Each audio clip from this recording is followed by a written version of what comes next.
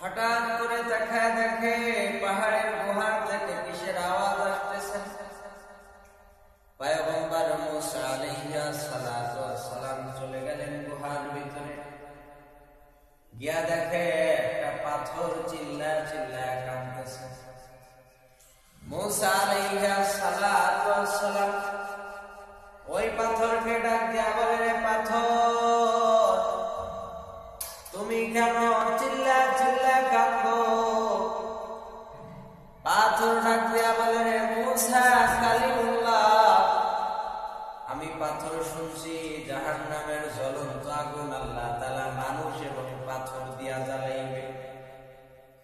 এরে মুসা, আমি এই পাথর জাহান্নামের ভয়ে কাঁদি, আল্লাহ তাআলা না জানি আমি পাথরকে দিয়াও জাহান্নামের আগুন জ্বালাই।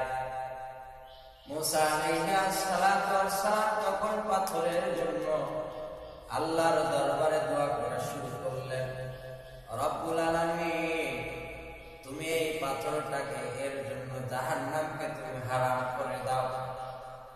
আমি মুসা কালিমুল্লাহ তোমার কাছে ফরিয়াদ জানাই, এরে আরশের মালিক, এরে জমিনের মালিক, তুমি পাথরের জন্য জাহান্নামের আগুনকে হারাম করে দাও। মুসা আলাইহিস সালাম যখন এভাবে দোয়া করতে লাগলেন, আল্লাহ তাআলা রব্বুল আলামিন গায়বে ইলহাম দ্বারা মুসা নবীকে জানায় দিলেন, যে বন্ধু আমার, এরে মুসা, তুমি পাথরকে সুসংবাদ দিয়ে দাও যে আমি রব্বুল আলামিন জাহান্নামের জ্বলন্ত আগুনকে মুসা নবীর জন্য হারাম করে দিয়েছি।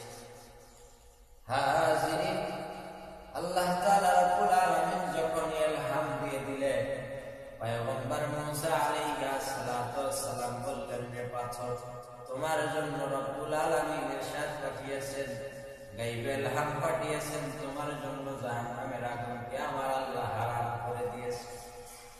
মুসা আলাইহিস সালাম যখন একথা পাথরকে শুনাইলেন, পাথর একথা শোনা মাত্র আরো জোরে চিল্লা চিল্লা কাঁদতে শুরু করলেন। মুসা নবী ডাক দিয়া বলে, রে পাথর, আগে তুমি কান্না করতেছিলে জাহান্নামের আগুনের ভয়ে, জাহান্নামের আযাবের ভয়ে। আল্লাহ তাআলা তোমার জন্য জাহান্নামের আগুন এবং আযাবকে হারাম করে দিয়েছে, এরপরেও পাথর তুমি কেন কান্না করো? পাথর ডাক দিয়া বলে, রে মুসা, এই কান্নার এত গুণ, এই কান্নার এত গুণ, আমি যদি পাথর চিল্লা চিল্লা না কাঁদতাম, আল্লাহ তাআলার পক্ষ থেকে আপনি আমার কাছে আসতেন না। এই কান্না যদি আমি না করতাম, তাহলে আপনি কখনো আল্লাহ তাআলার কাছে আমার জন্য দোয়া করতেন না। এরে মুসা, শুধু তাই না, এই কান্না যদি আমি না করতাম, আল্লাহ তাআলা রব্বুল আলামিন কখনো আমি পাথরকে মাফ করতো না। তাইলে বোঝা গেল মুসা নবী আসছেন আমার কাছে কান্নার উসিলায়। মুসা নবী আমি পাথর দোয়া করছে যেন আল্লাহ মাফ করে দেয় কান্নার উসিলায়। আল্লাহ তাআলা আমি পাথরের উপরে জাহান্নামের আগুনকে হারাম করে দিয়েছেন, যাতে আল্লাহ তাআলা মাফ করে দিয়েছেন চোখের পানির উসিলায়। আমি এতদিন পরে বুঝলাম এই কান্নার এত গুণ, এত গুণ, যেই কান্নার উসিলায় এত কিলো পাওয়া যায়। আমি সেই কান্না নিয়ে আখিরাত পর্যন্ত পাড়ি দিতে চাই। হাজিরিন, আল্লাহ তাআলার কাছে চোখের পানি এত প্রিয়। আল্লাহ তাআলা রব্বুল আলামিন ডাক দেয়া বলেন, দুনিয়ার মানুষ, তোমরা যখন আমি আল্লাহ তাআলার কাছে কোনো কিছু চোখের পানি ফেলায়া চাও, চোখের পানি নাকের ডগায় আসার আগে আমি তোমার সমস্ত মনের নেক মাকসুদগুলো কবুল করে নিই। জাহান্নামের কঠিন আযাব যখন শুরু হবে, জাহান্নাম ডাক দিয়া বলবে, রে মালিক, তুমি সমস্ত জাহান্নামীবাসীদেরকে আমাকে দিয়া দাও, আমি তাদেরকে পুড়ায়া জ্বালায়া ছারখার করে দেব। যখন জাহান্নাম চিল্লাইতে থাকবে, ৭০,০০০ ফেরেশতা শিকলি দিয়ে জাহান্নামকে বেঁধে রাখতে পারবেন। হঠাৎ করে রব্বুল আরশ ওয়াল জালাল জাহান্নামের ভিতরে কি যেন দিয়ে দিলেন। হঠাৎ করে জাহান্নাম সেখানে স্থগিত হয়ে গেল।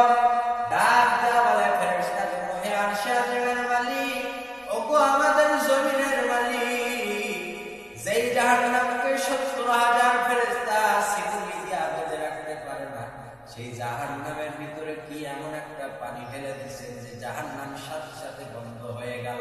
এটা আবে হায়াতের পানি নাকি এটা জমজম কূপের পানি? রব্বুল আলামিন ডাক দেয়া বলে, ফেরেশতারা আমার, এটা আবে হায়াতের পানিও না, এটা জমজমের পানিও না। আমার বান্দাগুলো আখিরাতের ভয়ে, পরকালের ভয়ে, জাহান্নামের ভয়ে দুনিয়ার মাঝে তো চোখের পানি ছেড়ে দিছিল, আমি আল্লাহ তাআলা আমার বান্দাদের ওই পানিকে বৃথা দেই নাই। ওই পানিগুলো আমি গোছায় রাখছিলাম। এই পানিরা তো গুণ, এই চোখের পানিরা তো বরকত, এত ফজিলত, যেই পানি আমি দেওয়া মাত্র জাহান্নামের সমস্ত আগুনগুলো বন্ধ হয়ে গেছে। হাজরানে মুজলিম, ওহে মুসলমান, এমন কোন আল্লাহর ওলি নাই, এমন কোন বুজুর্গ নাই, এমন কোন দিনদার তাকওয়াওয়ালা নাই যার চোখে পানি নাই।